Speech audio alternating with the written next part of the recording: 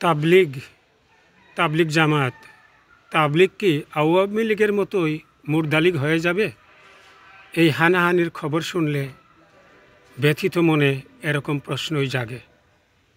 আমার ধারণা, যদি ইজতেমা মানে বড় বড় গ্যাদারিং বাড়তেই থাকে, আগে শুধু ঢাকার টঙ্গীতেই হতো, এখন সিলেট সহ বিভিন্ন জায়গাতে হয়, এবং তাবলিগ জামাতের এই সংঘাতটা আওয়ামী লীগের এই দীর্ঘ ক্ষমতাকালীন সময়েই শুরু হয়েছে বলে আমি জানি। আমি নিজেও তাবলিগ জামাতে এক চিল্লা দিয়েছি সেই 1981-তে।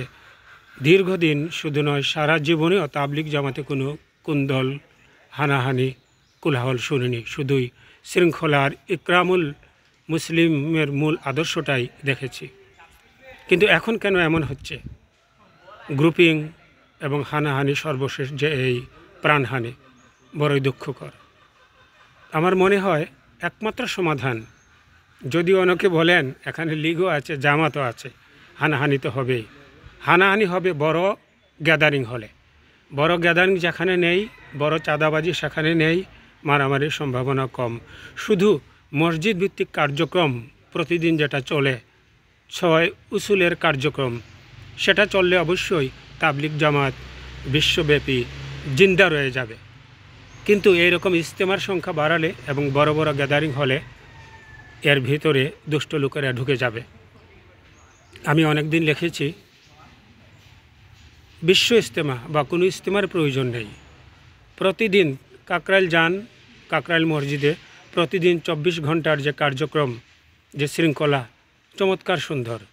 3 দিন আগে, 3 দিন, 5-এ 3 দিন, 6 দিন থাকার সৌভাগ্য আমার হয়েছে। দেখেছি কি শৃঙ্খলা, চুপচাপ মানুষজন ওখানে দান করে, চুপচাপ নিজের ইচ্ছায় মানে ভলান্টিয়ার হয়ে ওখানে সমস্ত কার্যক্রম, রান্না বান্না, খেদমত, খাওয়ার সময় দেখবেন সারি সারি আপনার দস্তারখানায় বসে পড়ছেন, এদিকে একজন ওদিকে একজন,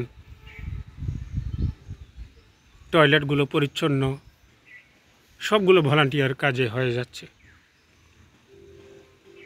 তো এই বড় গ্যাদারিংয়ে যেমন পয়সা খরচ হয় বেশি, বিশৃঙ্খলা বেশি হয়, এবং অধিকাংশ লোক যারা তবলিগের চেতনার সাথে, কার্যক্রমের সাথে মোটেই সম্পৃক্ত নন, আখেরি মুনাজাতের জন্য বা গ্যাদারিং দেখার জন্য যান, যার ফলে বিশৃঙ্খলা হয়। এবং সাম্প্রতিক বছরগুলোতে অনুমান করি চাঁদাবাজিও, বড় বড় চাঁদাবাজি হচ্ছে।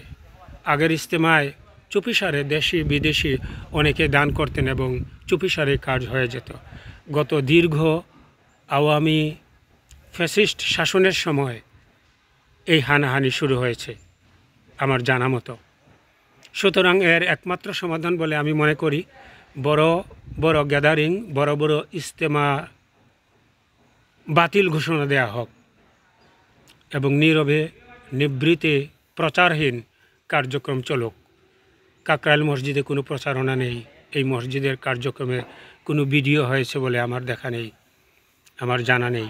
শুধু বড় বড় ইজতেমাগুলোতে বড় বড় মিডিয়া, ছোট ছোট মিডিয়া ব্যাপক প্রচার দেয়, আর বিশাল বিশাল মাইক লাগিয়ে। অবশ্য একটা দিক ভালো তাবলিগের, এশার পরে আর বয়ান হয় না, রাতের নিস্তব্ধতা ধ্বংস করে না।